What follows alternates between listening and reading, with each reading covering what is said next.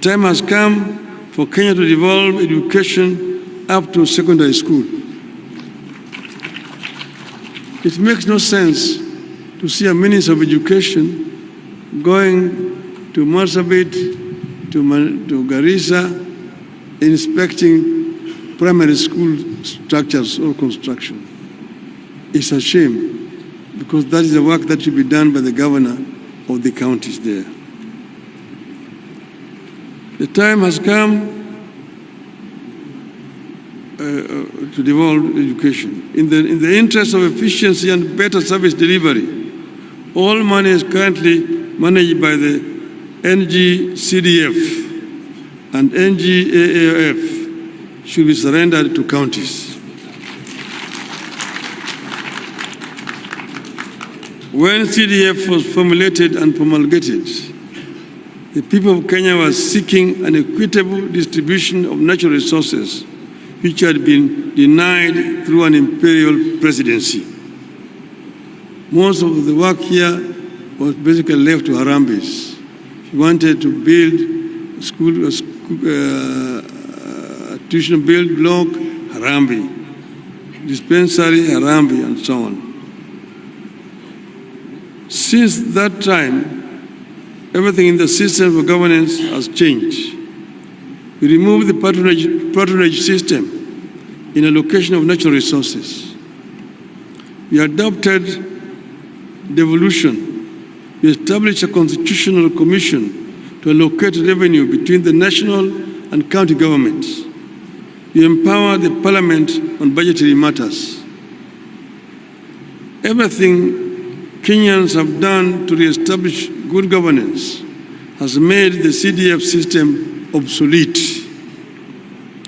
It is serving no known role in the new constitutional architecture, and it is no longer relevant in the new constitutional dispensation.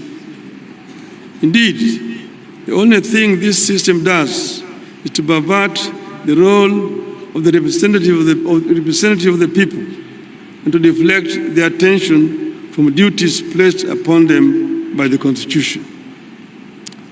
The legislatures are elected to represent the people, to legislate, and to oversight the national government. It is not their business to be distributing bursaries or be constructing classrooms and so on.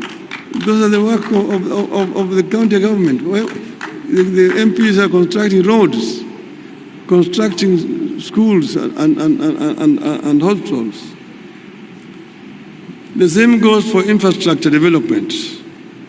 There is no reason for Nairobi-based agencies to continue flying over counties and construct roads in our urban centers and within our counties.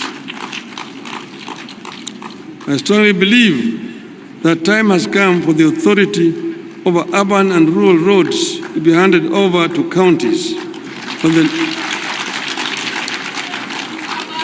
while the national government manages international highways and national trunk roads. I was the Minister for Roads, Public Works and Housing. I'm the one who took the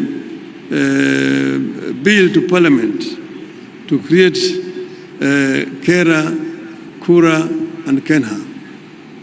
But that was under a unitary system of government at that time.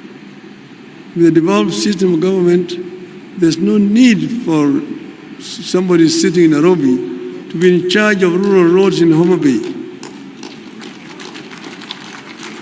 or Kiambu or Lambu, for example. So this is an idea whose time has come.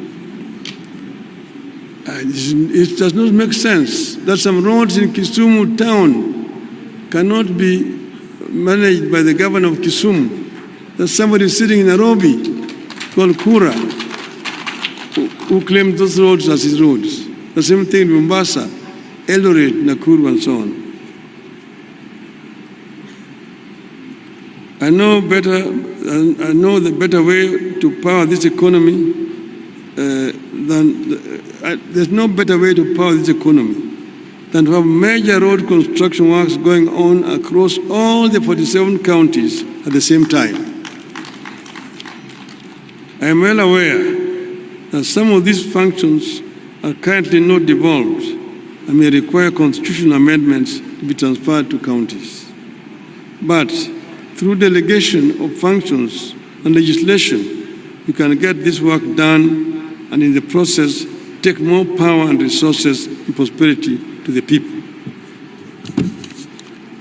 Finally, I want to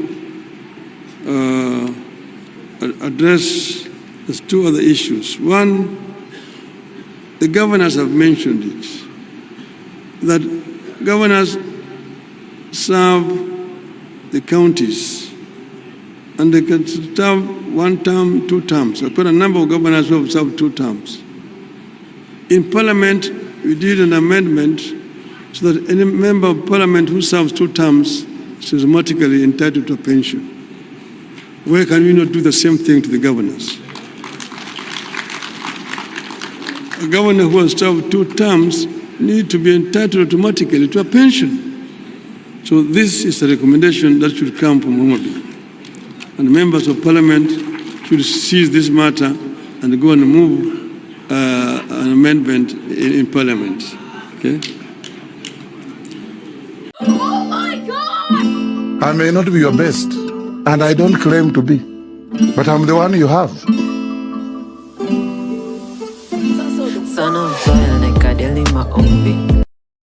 So far, the first proposal to strip the MPs of the CDF will make them less powerful because it makes no sense to give them bursaries, which they use only to score political points. So if their role is left purely for legislation, they'll do a better job because they won't worry on the issue of distribution and corruption. And if most of the power is transferred to the governor, which he is proposing, where education is taken to the governor, and NGCDF is also given to him. So the governor will have more power and more control of funds. The other issue was he was planning to fund the roads, whether the KURA, KENHA. So if the national government mains with the national highways, then the county government mains with the local roads. It will be a better plan because there's been this issue where the governors have someone to blame when they don't deliver or when they don't perform their duties. But if now those duties are given to them and they're funded well, they'll have no one to blame, arguably.